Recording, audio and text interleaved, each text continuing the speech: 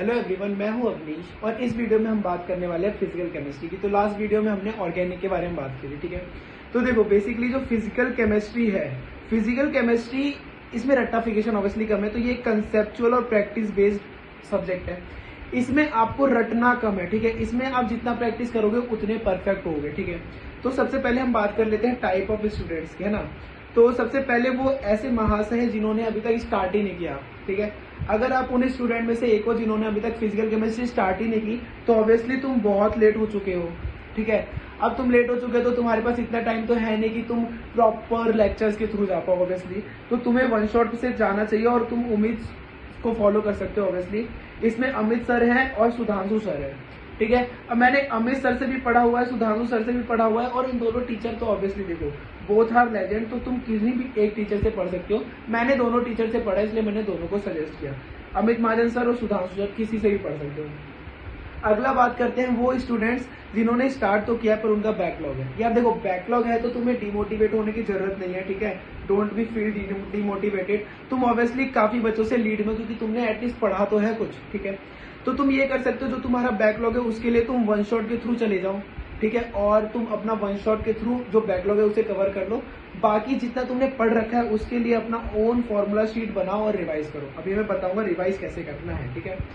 अब वो बच्चे जिन्होंने फिजिकल केमिस्ट्री कंप्लीट कर लिया है, ठीक है। अगर आपने फिजिकल केमिस्ट्री कंप्लीट कर लिया तो भाई यू आर 1% ऑफ स्टूडेंट में तुम आ चुके हो और तुम काफी लीड में हो, समझ में आया। तो तुम बस अपना रिवाइज करते रहो और अपना एक फॉर्मूला शीट बना लो बहुत बढ़िया सा, जिसमें सारे फॉर्मूले हो, और रेगुलर इंटरवल पे प्रैक्टिस करते रहो जो तुम्हारा सिलेबस हो गया है।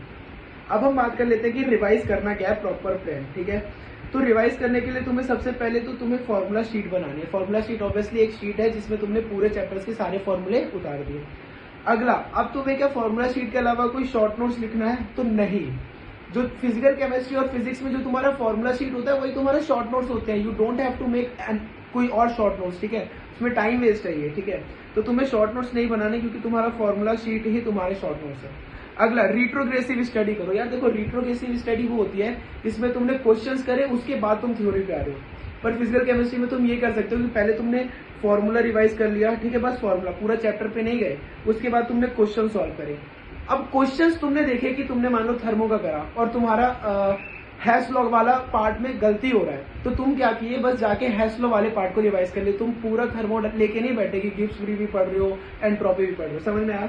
तो उसके बाद don't revise whole chapter, only revise a topic in which you have made mistakes. तो जहां पे गलती हो रही है उसको जाके रिवाइज कर लिया। उसके बाद यार देखो एनसीईआरटी जो है उनके इंटेक्स क्वेश्चन तुम्हें करने मस्ट है। इंटेक्स वाले कर लेना, अगर टाइम मिलता है तब एक्सरसाइज वाले क्वेश्चन करना, पर इंटेक्स वाले मस्ट है, समझ में आया।